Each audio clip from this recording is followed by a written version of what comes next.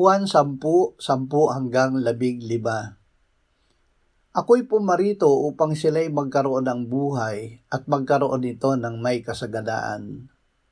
Ako ang mabuting pastol.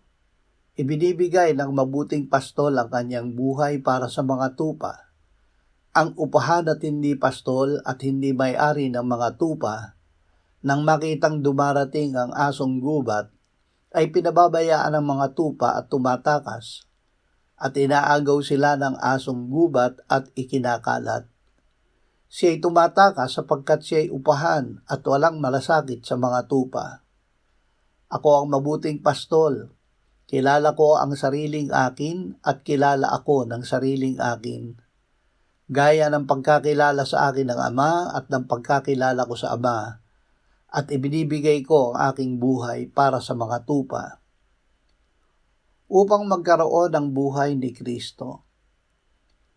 Si Kristo ay namatay para sa ating kasalanan, inilibing at binuhay na muli ng Ama. Siya ay namatay at muling nabuhay upang tayo ay bigyan ng kanyang buhay at ng kasaganaan nito.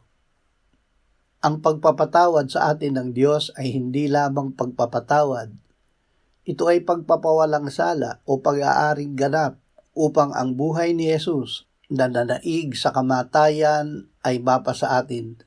Nang tayo ay sumampalataya sa Kanya, siya ay nagsimulang manahan sa atin, kaya't ang kanyang buhay ay nananahan sa atin.